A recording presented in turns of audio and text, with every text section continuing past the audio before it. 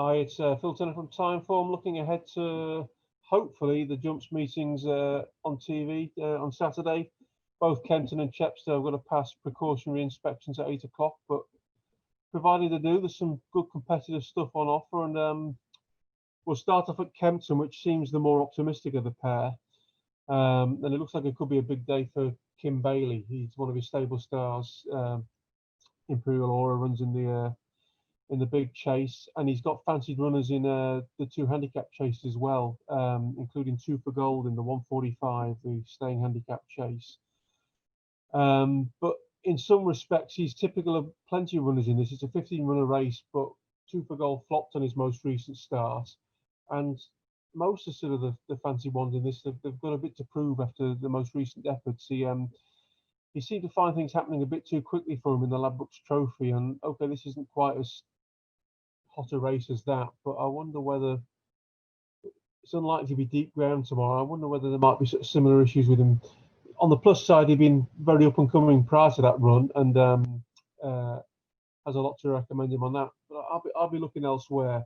Slate House is another who's got plenty to prove. He's basically lost his way since winning the Grade 1 Quarto Star Novices Chase over this course and distance last winter.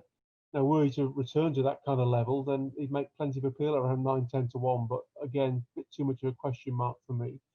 In fairness, Commodore of Venetia Williams, that actually has had 2 back-to-back solid runs this year. So he comes in better heart than most. The flip side of that is that the BH handicap has had his say to some extent. And although there's a chance Kempton may suit the slightly lesser test than his 2 previous starts this year, that may well suit Commodore. I just got a nagging doubt that he's been beaten several times in the last couple of years when having traded very, very low in running, and I'm wondering whether this might become to a bit of a theme in the latter stages. So I'll be taking him on. And so, whilst I'm knocking all the sort of big players, I think one of the outsiders might be the way to go each way. Minellacelebration, although his last 2 runs at first glance it might look as if he's got a bit to prove. He's got 2 U's next to his name. I think you can safely put a line through both of those. He's been really, really unlucky in both of those starts. The jockey fell off basically after becoming unbalanced early on in the Beecher Chase on the bend with the circuit to go. And then last time out in the Veterans Final at Sandown, he was effectively brought down at the second. So you take that out of the equation, he's basically coming into this race on the back of 2 career best wins. So if we take it to the view, he's coming in on the top of his game, and he's currently trading at around 20 to 1. Now, I've just used the word veteran with him. His most recent win did come in a Veterans Chase at Aintree, and ordinarily most people treat sort of some of the wins in those races with a bit of caution, because habitually they are sort of weaker contests than open handicaps. But that was backed up by an excellent performance on the clock, a really, really good time figure. We put a bit of store into time here at Timeform, you won't be surprised to learn. And the form's worked out as well. 2 of the also-rans that day, Verly en Rouge and Perfect Candidate, both came out and won big races by half the track on the next 2 starts. And I just think he's been a bit forgotten about. I think you've got more than a sporting chance of finishing in the money, and it's not out of the question he could pick up the pieces to win, because I think the course should suit, and the sort of it's unlikely to be deep winter grounds. That suits him as well. He's often sort of done a lot of his racing in the summer. And I just think of 20 to 1 each way. A fair few firms, I think Paddy Power and Betfair Sportbook are going first 4. I think I saw one firm was doing first 5. I think that's your best chance to get a decent return in a tricky race with lots of horses to prove. Touchwood, this guy, he's got nothing to prove. He's in the form of his life, and you've got a sporting chance he might win, but more than a sporting chance of finishing the money. And I think that's the way to go with him. So Minellacelebration each way at around 20s. Moving on to the next race at Kempton, the 220, and I'm afraid rather shorter prices here.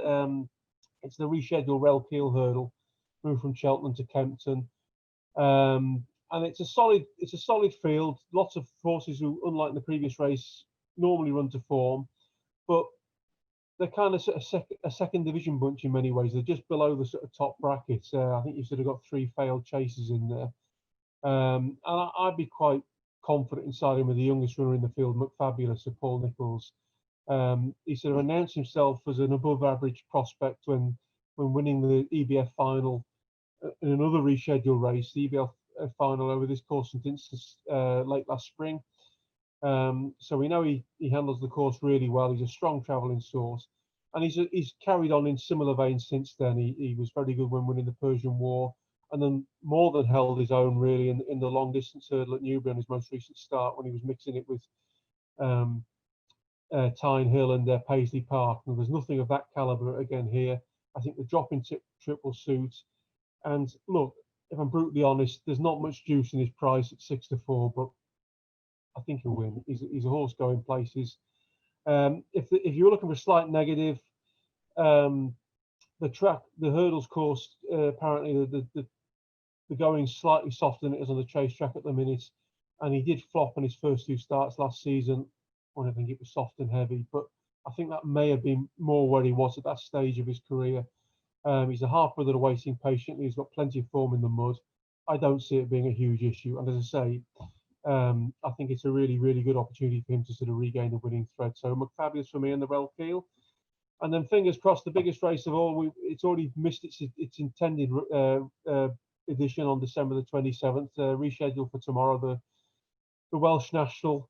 And they've been quite kind to a couple of the sort of the one source ahead of the weights, in particularly the favourite Secret Reprieve, because he's been able to sort of run off the same mark he would have run off in that initial date, which means he's running off just a £4 penalty for a wide margin win in the Welsh National Trial, when he should be running off a much higher mark if this was just an ordinary handicap chase. So he's well ahead of his mark. And look, he's got lots of things going for him. I think he's outstanding claims in many respects. I think this has probably been the target for him ever since he made a winning hurdling debut at Chepstow 2 years ago. Connections have sort of really minded him since then, and he revealed himself his true potential in that Welsh National Trial. He won by 12 lengths from a really solid horse in the Two Amigos, who reopposes again.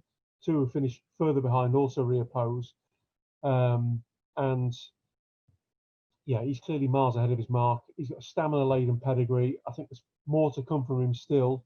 So I think a reproduction of that win should be enough to win this, but I think there probably will be better to come on top of that. So 4-1 may seem cramped, but given that backdrop, I don't think that's bad. I don't think that's that bad a price, and I think he's definitely the way to go. Funnily enough, his main market rival, Springfield Fox, is a similar type in the sense he lacks the sort of experience of plenty of others in the field, but he's another doing that. And you could definitely make a case for him. He was sort of travelling well in second when unseating early on the final circuit in the National Hunt Chase. Don't get me wrong, it was an awfully long way out that, but I don't think it's stretching it to say he would have been involved in the finish, certainly in the first 3. And if you think the runner-up in that race, Lord the Mesnil, reopposes off £10 worse terms, you can see that Springfield Rex has theoretically got a very good handicapping chance as well. And he shaped perfectly well in a novice hurdle on his reappearance, clearly to protect his mark for this. So he ticks plenty of boxes as well. If you're looking for a negative with those 2, is the fact that they lack the experience of the hurly-burly of a race like this. And you may argue that contributed to Secret Reprieve's fall at Haydock on his reappearance.